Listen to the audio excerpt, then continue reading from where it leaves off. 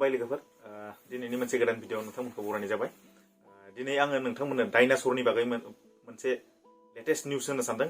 बेनो जाहैबाय थांनाय डिसेम्बरनि 22 खालार खालि फोसावजानाय माने मोनसे निउस आरो निउस माने साइन्टिस्टफोरा बिगियानगिरिफोरा डिसकभार खालामनानै मोनदों आरो नायगिरनानै दिहुननो हानाय जादों। बेनो जाहैबाय मा डायनासरनि दावदै मोननाय जादों। जेरैहाय जों दाउनि दावदै मोना होमबा बै दाउनि दावदैया फिसा जानो गोनाङाव माने सिङाव जेरैबायदि मोनसे फिसा जानानै मोनसे प्रसेसआव जाया होमबा बिदि मोनसे डायनासरनि दावदै मोननाय जादों आरो साइन्टिस्टफोरा डिसकभार खालामदों। आरो बिथांमोन बुंनाय मथेब्लाथ' बै डायनासरनि दावदैया 66 मिलियन बोसोर पुराना। थारमाने 66 मिलियन होनोबा 66 कौटि बोसोर सिगांनि दावदै बियो।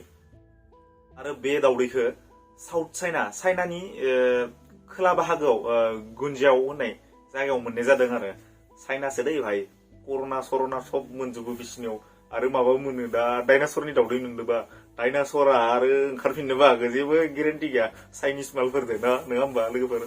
थ' भिडिअखौ इनफरमेटिभ मोनदोंबा नोंथांमोना आंनि बे भिडिअखौ शेयार खालामना हो लोगोफोरनो, जाहाथे बिथांमोनाबो मिथियो। आरो आंनि बे चेनेलाव नोंथाङा गोदानबा साबस्क्राइब खालामना होलां, लोगोफोरनो शेयार खालाम, जाहाथे आंनि चेनेलाबो एसे ग्र' खालामो। बेखिनिखौ बुंनानै आं दिनैनि भिडिअनिफ्राय बिदाय लाथ'नाय जाबाय। नेक्स्ट भिडिअनि थाखाय नेनानै थाबानो जाबाय। खुलुमबाय।